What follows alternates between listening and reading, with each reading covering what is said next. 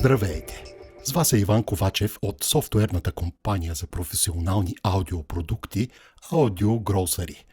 В следващата презентация ще изложа основните стъпки на обучение, които съм предвидил за следдипломна квалификация на тема аудио и мултимедия.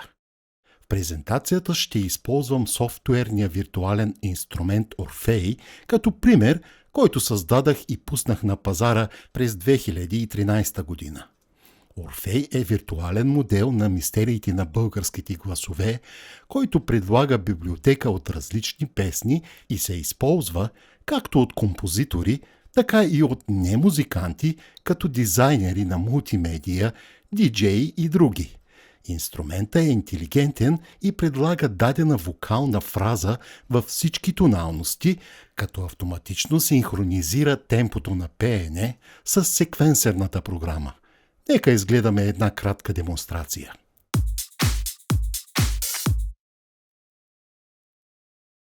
Чичовите коне на първан пасат. Чичовите коне на първан пасат.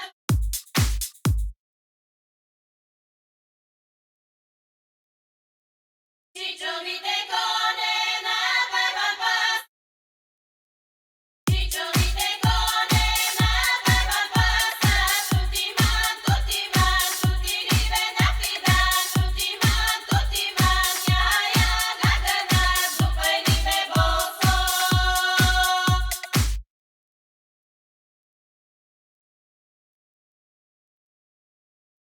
Чичовите коне на първан пасат. Тутиман, тутиман, тутириве на фидан. Тутиман, тутиман.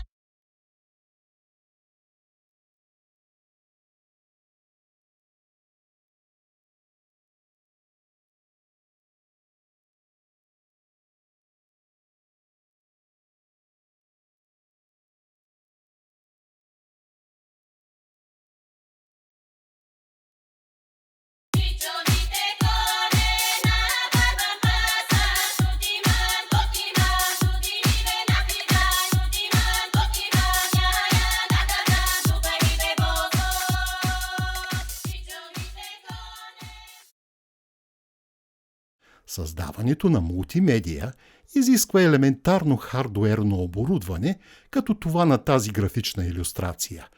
По време на лекциите показвам и демонстрирам подобно професионално оборудване, така че ще имате възможност да се докоснете до подобен клас микрофони, предусилватели и други. Нека ви покажа едно кратко видео от звукозаписна сесия на габровските църковни хорове, където използвам 7 кондензаторни микрофона в 3 позиции, 4 предни, 2 средни и 1 далечен, предусилени от лампови предусилватели.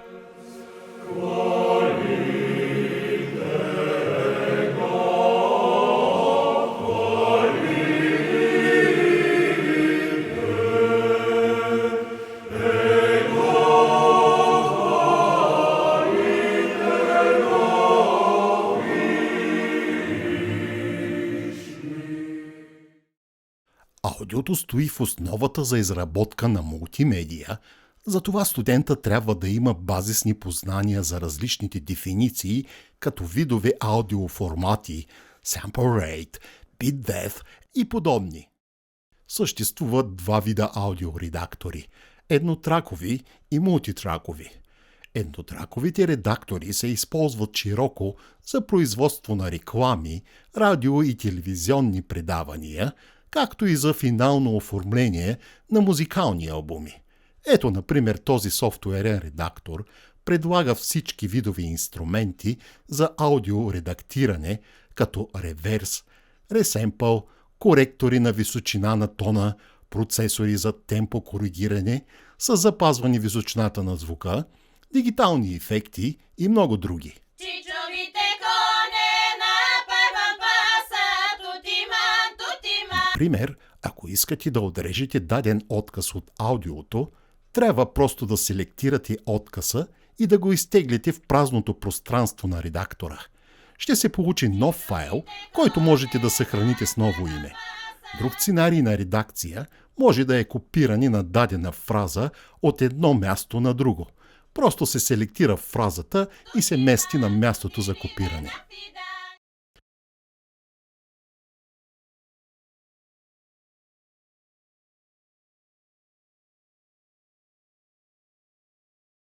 Tutti man, tutti ben affida, cicciovite cone.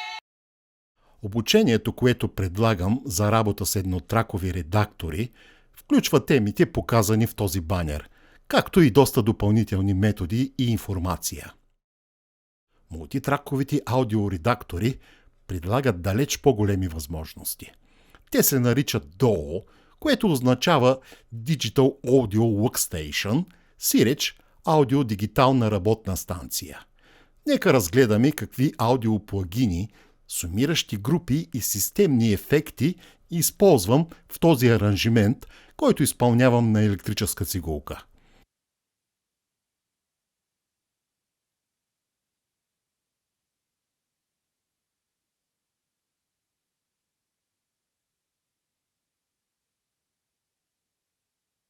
Например, този плагин добавя допълнителни хармоници в аудиото, което дава брилянтна звука.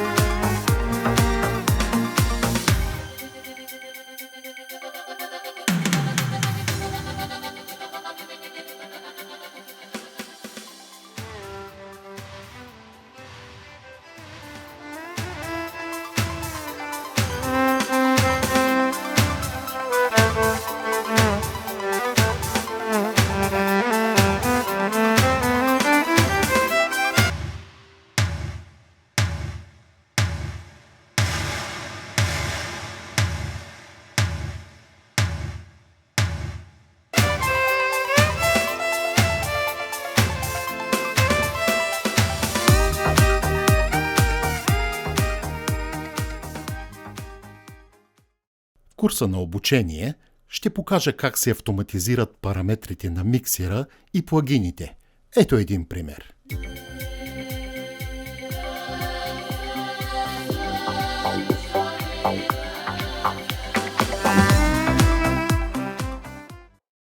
В следващата демонстрация ще синхронизирам запис от изпълнение на живо с неравноделен фолклорен бит, който е в темпо 130.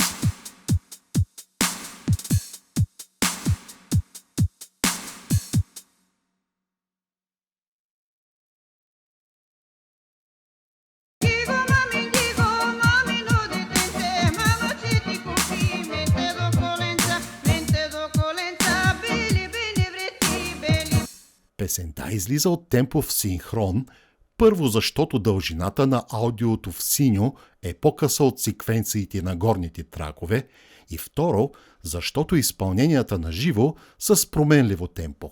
Нека видим какво се случва с аудиото в зелено, което съм синхронизирал перфектно.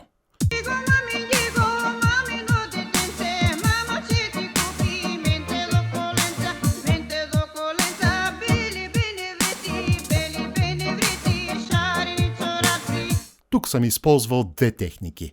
Една за глобално разтягане на цялото аудио и друга за разтягане и свиване на определени части вътре в самото аудио. Това е една нова детска песничка по музика на известния габровски композитор Илко Илиев, която записах наскоро.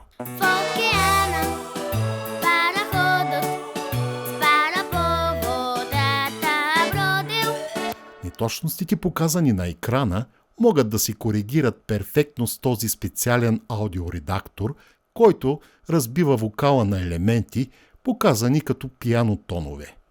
Всичко това става с тези няколко нетрадиционни инструменти за редакция. Аудиомастеринга е финален процес на обработка, преди да се представи продукта на медиен носител като CD, винил и други. В лекциите ще покажа защо се използва специален софтуер, който предлага конзола за предефекти, ресамплер в реално време и финални ефекти след ресамплера. MIDI технологията е вид комуникация между източници като секвенсер, звуков източник и хардуерни контролери. Ще отворя този стандартен MIDI файл с мултитраков едитор, за да видим какво се случва. Създадоха се MIDI тракове с имена на различни музикални инструменти. Мултитимбралният синтезатор зареди заложените музикални инструменти автоматично, тъй като в началото на всяка секвенция има заложени MIDI съобщения като Program Change и Control Change. Дигиталните аудиостанции и техните плагини могат да се управляват от хардуерни MIDI контролери, които са под формата на кейборд, миксер и дори таблет или телефон. В следващото демо използвам iPad, за да управлявам волуме-плъзгачите на миксера.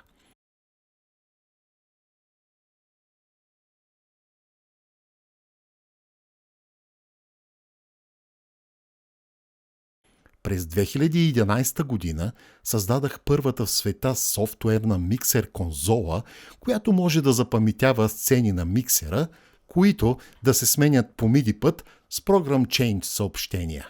В следващата демонстрация съм заредил 15 песни, на които искам да направя перфектен баланс преди мастеринг, чрез метод на внезапно аудио превключване на песните.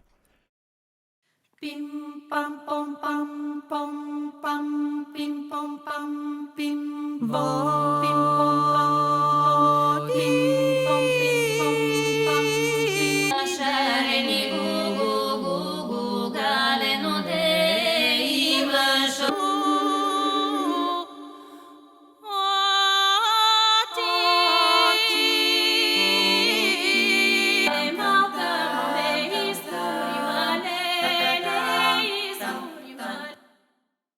Нека се върнем обратно към Орфей и да разгледаме графичния дизайн.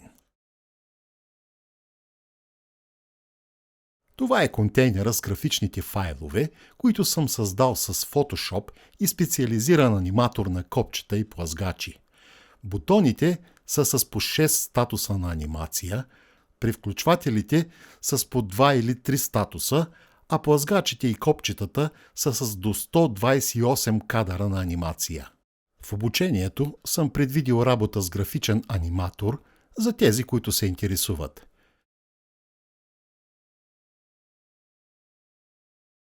Графиките се декларират в програмния код на инструмента.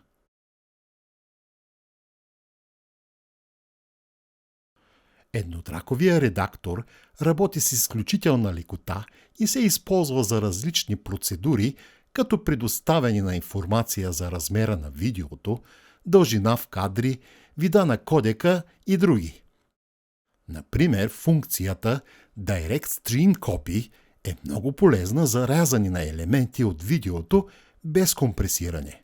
Ако искате да добавите някакъв филтър, се налага да използвате даден вид компресор. С подобен редактор може да направите много бърз преглед на цял филм просто за секунди.